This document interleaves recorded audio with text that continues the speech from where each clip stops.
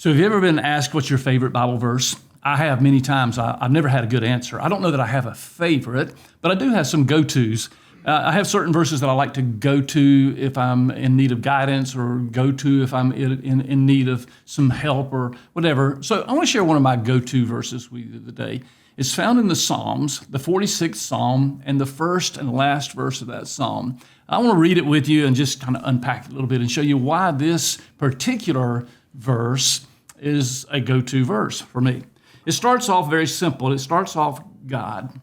It's God, not just any God, but the word here is Elohim.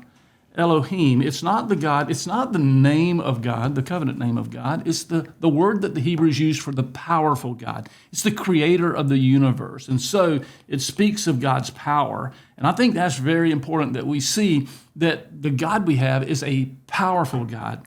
It says then, God is our refuge and strength. He gives us here, I think, three descriptors that tell us about God. The first is he says he's a refuge, a hiding place, a place we go for shelter. Secondly, he says that God is a God of strength. It's a source of strength where we go to get our strength. And finally, he calls God a helper.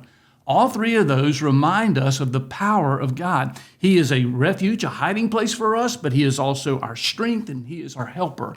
So when we're feeling defeated, when we're feeling down, we can remember this very important descriptor. God is our refuge and strength, a helper.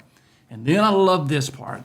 It says, who is always, always found. Not sometime, not once in a while, but always found. He is the God who is available. I'm going to say it this way because it's easier for me to remember it. He's a God who's present. Not only is he powerful, but he's present. It's not like he's off in a distance somewhere. It's good to know he's powerful, but better to know that the powerful God is available, always found. And then he adds, in times of trouble, right? And by the way, I also notice that it's not time of trouble, but times of trouble. We can expect more trouble than just once in our life. Jesus said, in this world, you will have trouble. So God, the God who is powerful, the God who is present. But then I think we can see as we move to the next verse that he's a God who is praiseworthy. Praiseworthy. I think that's important for us to remember too. Look what he says that I think is really nice. He says, stop fighting. Now, in some of your translations, you will read that, be still. And maybe you quoted that verse or memorized that verse. Be still and know that I am God.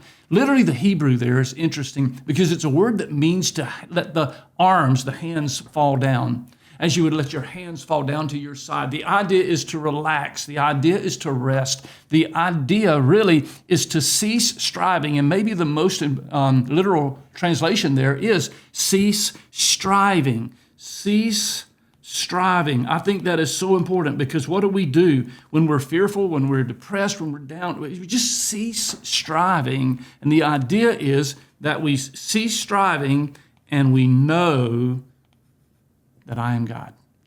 Stop striving. Rest. And rest in the fact that I am God. Once again, the word is Elohim. It's connected with the very first word.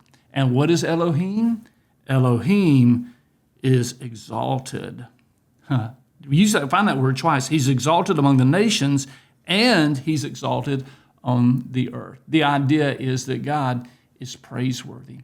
So when I have a time for strength, when I need comfort, when I need to be just reminded of God's presence in my life, I remember this verse. God is powerful.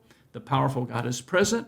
And the powerful present God is praiseworthy. Hey, thanks for letting me share with you a little bit from the Psalms this morning.